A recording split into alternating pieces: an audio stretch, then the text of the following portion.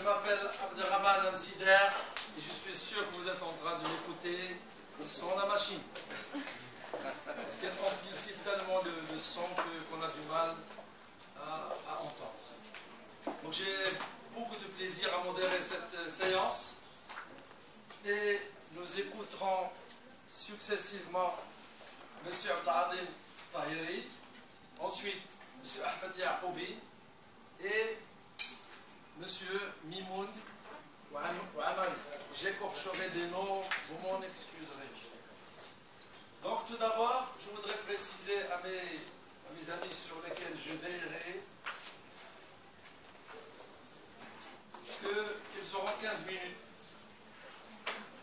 pour nous parler. Et je donnerai d'abord la parole à M. Abdelrahman Tahiri, qui vient de la faculté des lettres et sciences humaines, Université de Boutoufaïl, Kenitra. L'intitulé de sa communication, c'est l'évaluation des enseignants stagiaires dans les CRNF au Maroc. La parole est à vous, vous avez 15 minutes.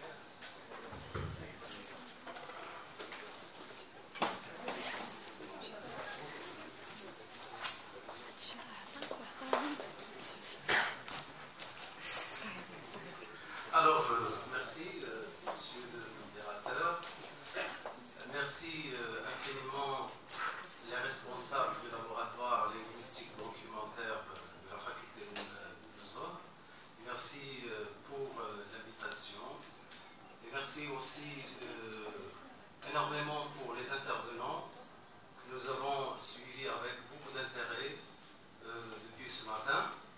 Je suis très content de partager avec vous le souci du chercheur, notamment dans cette thématique qui me semble très intéressante et qui joint deux mots qui me paraissent assez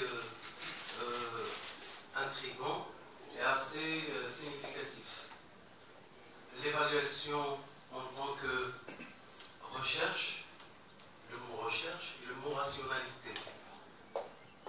L'évaluation donc, il est toujours en cours, si vous voulez, il cherche toujours des solutions à beaucoup de problèmes posés.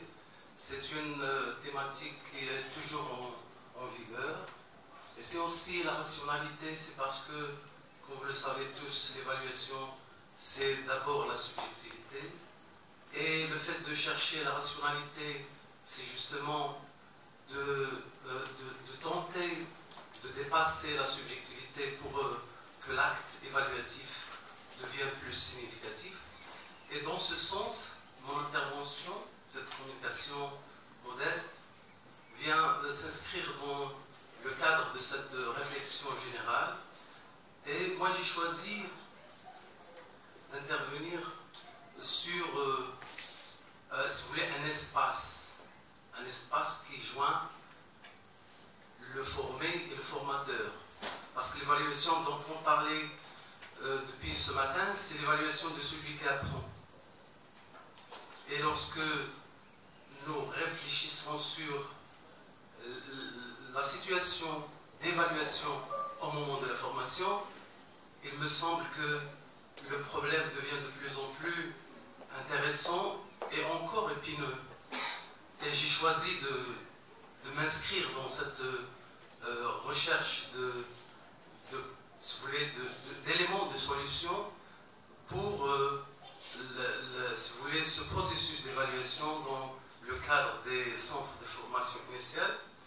Alors, mon intervention se répartit en deux volets majeurs. Un premier volet, c'est l'étude des dispositifs de formation adoptés dans les CRNF au Maroc et aussi les guides d'évaluation ou le référentiel d'évaluation.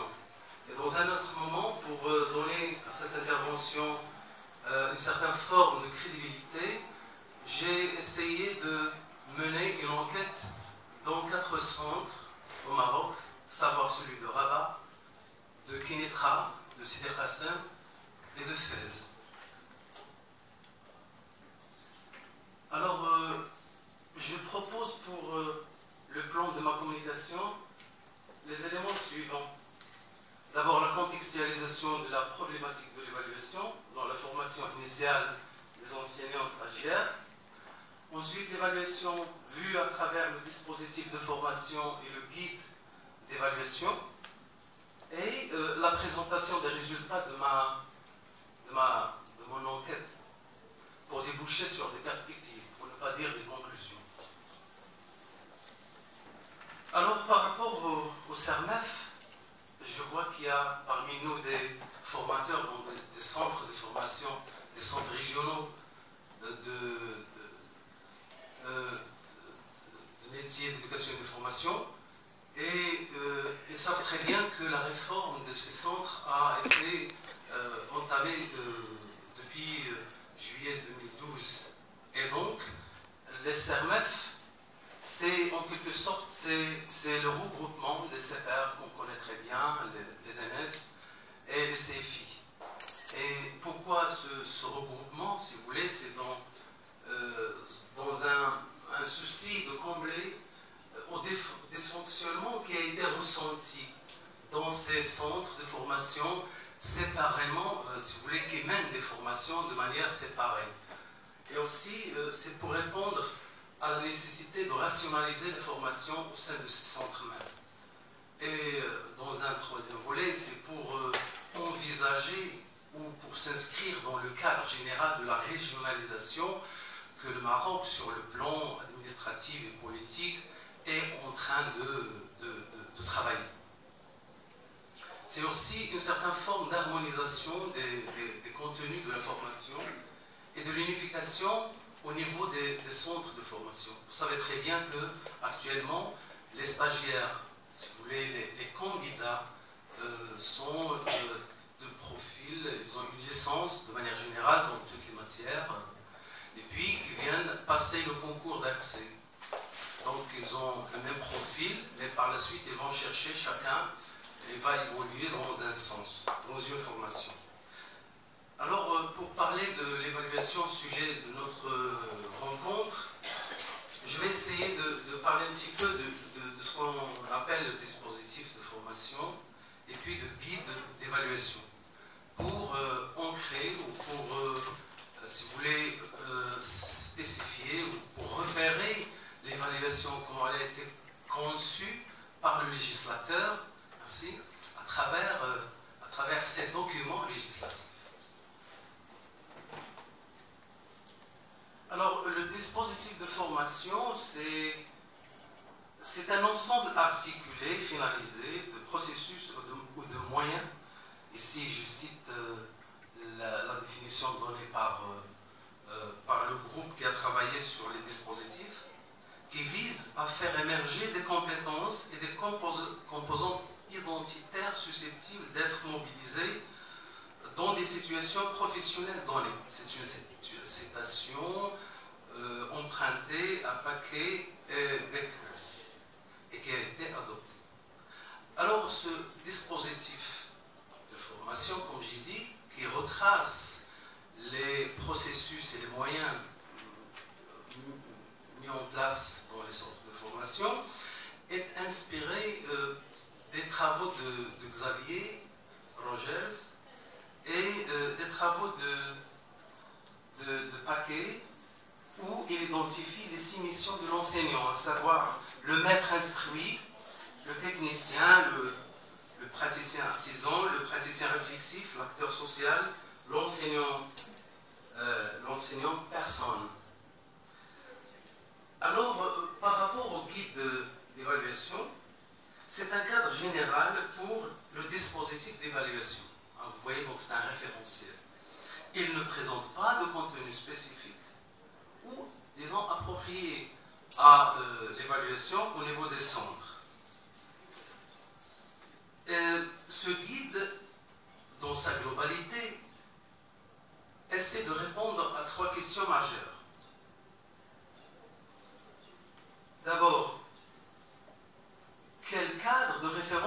évaluer la qualification professionnelle des cadres d'enseignement. Comment évaluer les acquis et la formation des stagiaires. Et comment évaluer la maîtrise des compétences professionnelles par le stagiaire. Et donc vous voyez, ce sont des questions majeures que le guide auxquelles le guide essaie de répondre. Alors le guide ou ce guide est réparti globalement en 3 grandes parties. D'abord le cadre de référence qui organise l'évaluation dans les CERMET, suivant les textes législatifs. Et il y a aussi, il présente les notions didactiques de base, les ressources et les compétences, et aussi il présente un cadre méthodologique. Moi je vais insister sur le premier point, celui de, si vous voulez, en tant que cadre de référence, selon les DAGIR du 23 décembre 2011 et du 25 novembre 2011, on distingue 3 grands moments d'évaluation à travers ce guide. L'évaluation du profil d'entrée,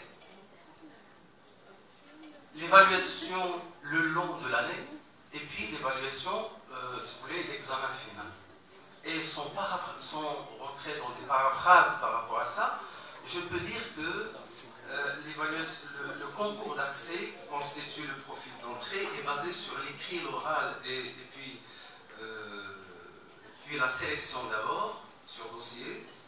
Ensuite, l'évaluation le long de l'année, il est, si vous voulez, orienté vers l'évaluation formative et l'évaluation sommative, globalement, avec les contrôles continus, avec l'évaluation diagnostique. Donc, je ne vais pas les définir parce que mes collègues qui ont intervenu avant moi ont déjà parlé de ces formes d'évaluation. Donc, je vais profiter de leur rapport que je considère et donc je laisse passer ces définitions-là. Et donc, comme vous le voyez, ce cadre de référence, il retrace les axes à partir desquels le formateur qui intervient dans les centres de formation, il puise, il a des repères, mais il n'a pas de recette. Alors, grande question, comment va-t-il réagir, le pauvre formateur qui est face à des futurs enseignants qui vont à leur tour évaluer? À partir de ce moment, il y a ce qu'on appelle l'adaptation, adapter le référentiel, réfléchir, produire des outils, des fiches d'évaluation. Et donc, une autre tâche qui va être associée au métier de formateur, au formateur en tant qu'encadrant et qu'assistant. Alors, pour, si vous voulez, approcher c'est-à-dire l'évaluation dans les centres, dans sa partie pratique, et comment les enseignants et les stagiaires accueillent cette évaluation, je vais puiser des données de l'enquête que j'ai menée au niveau des centres que j'ai précités. Alors, je me suis focalisé d'abord sur les 4 CERMEF, puis j'ai administré des questionnaires à des stagiaires dans les centres de formation, au nombre de 160, et puis 30 formateurs.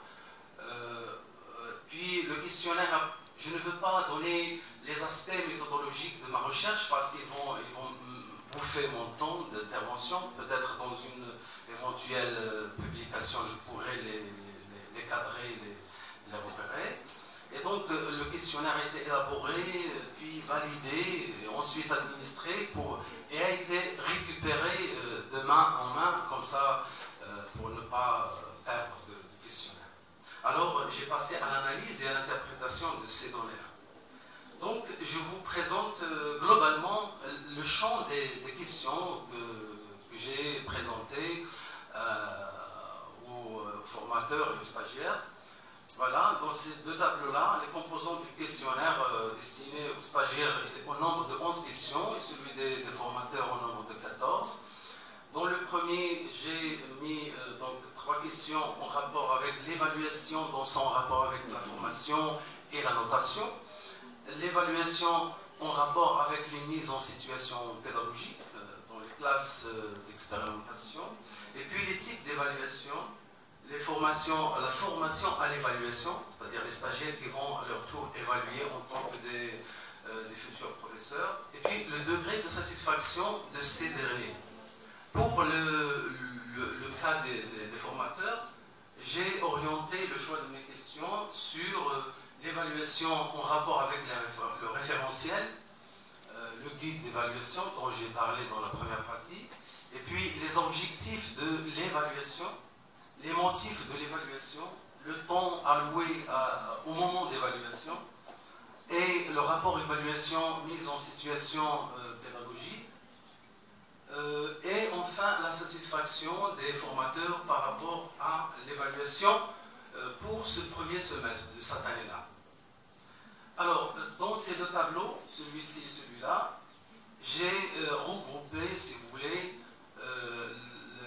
l'ensemble des données que j'ai repérées, que j'ai, si vous voulez, sur lesquelles j'ai travaillé. Et j'ai essayé de faire une petite interprétation à ces données-là pour ne pas analyser les questions une après l'autre. Donc j'ai essayé de donner, si vous voulez, une synthèse globale. Il me reste combien de temps, monsieur? 10 minutes. 5 minutes. 7 minutes. En tout cas, c'est une petite synthèse et c'est le... Alors, pour l'interprétation de ces données-là, comme je l'ai dit, j'ai embrassé les résultats des questionnaires administrés aux stagiaires et les résultats des questionnaires administrés aux formateurs. Et en même temps, j'ai essayé à chaque fois de dégager des conclusions partielles. Alors, l'analyse des résultats nous permet de constater que 60% des formateurs questionnés considèrent le guide d'évaluation comme un document législatif qui l'adapte aux spécificités des centres où il intervient. Ce qui suppose que les outils et les dispositifs d'évaluation sont élaborés par les formateurs au niveau des CERMEF. Or, les données rapportées par notre enquête montrent que 33,34% des formateurs affirment le non-recours à la concertation lors de la construction des outils et des procédés d'évaluation. Il va sans dire donc que la conception de l'évaluation dans les CERMEF est dictée par des penchants individuels au sein d'un cursus qui, à notre sens, exige la collaboration, surtout dans l'axe du contrôle de l'état d'avancement de la formation. Vous voyez, je considère que la formation, c'est comme un bateau, et l'ensemble des formateurs, ce sont tous des matelots, des chauffeurs. Par ailleurs, il en sort de l'analyse des résultats que les formateurs effectuent tous les types d'évaluation dans le cursus de formation. Évaluation diagnostique, formative, sommative, etc. Et 79,16% jugent que l'évaluation facilite la formation. Ils sont conscients de ça. Si 51,83% préfèrent l'évaluation sommative associée à la notation, 63,63% pensent que l'évaluation de la formation peut se faire sans recourir à la notation. Là, c'est un dilemme majeur, si vous voulez, avoué par les formateurs qui sont tenus à attribuer une note. Ce qui laisse à se poser des questions sur le type d'évaluation à adopter, notation ou formative. Alors, cette dernière idée est renforcée clairement par les propos de 61% des stagiaires questionnés.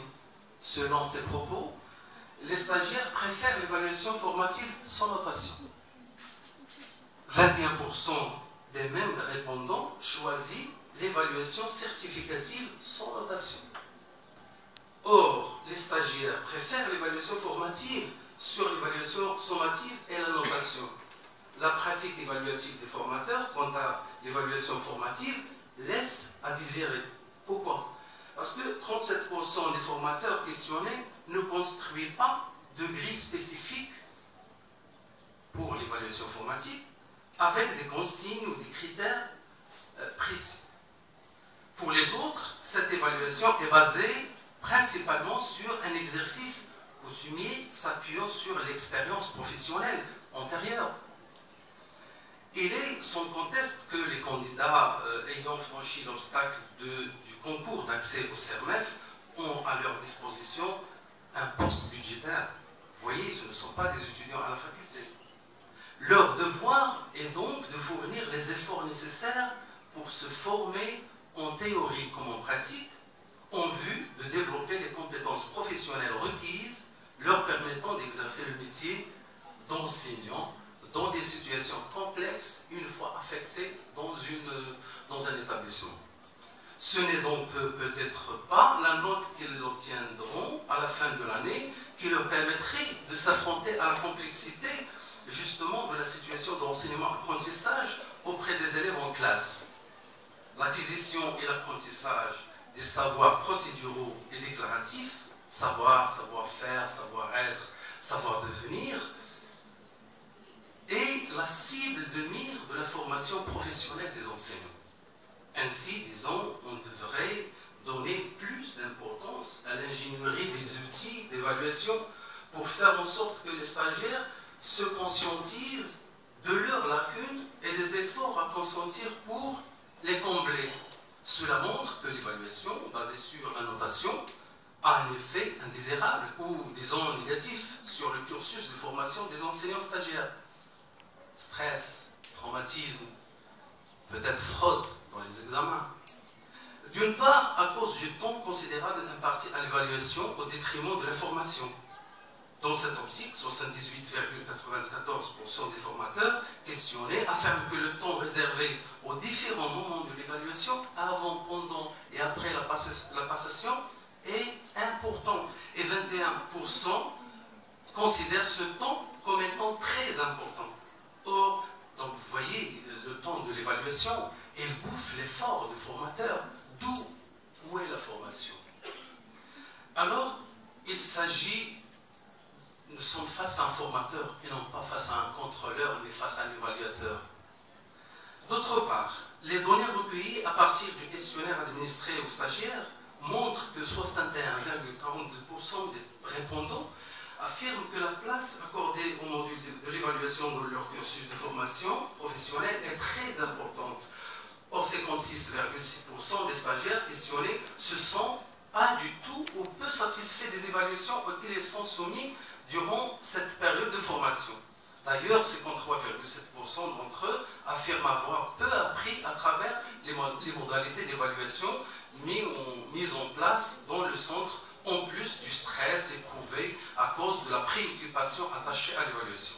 Cela nous permet de comprendre que l'évaluation, en tant que moyen de contrôle, d'estimation et de jugement des apprentissages et des progrès réalisés, occupe un créneau horaire important et par là même affecte négativement le temps des apprentissages et les interventions sont les mises en situation pédagogique. Et n'en demeure pas moins que l'évaluation est considérée tant par les formateurs que par les stagiaires comme un moyen pédagogique susceptible de renseigner sur les échecs et les réussites des stagiaires dans le processus d'apprentissage lors de la formation.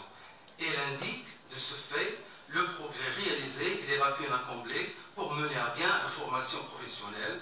L'évaluation, c'est aussi un acte institutionnel obligatoire. La normalisation et la standardisation constituent l'exigence majeure d'une formation à débouché professionnel. Le classement des stagiaires décidera, entre autres, de leur affectation après l'examen de sortie. Dieu sait combien ces pauvres stagiaires sont préoccupés par l'affectation. Et en conclusion par rapport à tout ça, la problématique de l'évaluation des stagiaires dans les CERMEF au Maroc est une tentative d'approcher l'évaluation des compétences professionnelles développées en formation initiale des enseignants. Ce champ de recherche est à notre sens peu exploré. Notre contact avec les formateurs dans les 4 CERMEF, lieu de notre enquête, nous a montré que l'évaluation des stagiaires est une tâche ardue. Il est certes nécessaire d'évaluer les apprentissages, les progrès des stagiaires et le degré d'atteinte des objectifs. Néanmoins, il convient de réaliser les dispositifs et les outils d'évaluation susceptibles de renforcer la formation des stagiaires. Si le guide d'évaluation ou le référentiel d'évaluation proposé par les instances ministérielles retrace les directives et les orientations générales sur les modalités d'évaluation, les formateurs, dont les CERMEF, devraient concevoir et harmoniser collectivement les outils, les fiches, les critères, les consignes d'évaluation. La définition des critères d'évaluation constitue donc l'axe central autour duquel doit se structurer toute l'évaluation de formation, ce qui implique de déterminer la cible à atteindre, à quel métier forme-t-on. Une formation professionnelle devrait avoir comme préoccupation majeure le développement de compétences professionnelles des stagiaires. L'évaluation formative rationnelle et outillée est dans ce sens une issue favorable et moins stressante et moins traumatisante pour les stagiaires. Merci pour votre attention. Merci, donc 400 stagiaires sur 800 avec 2 questionnaires, l'un adressé aux stagiaires.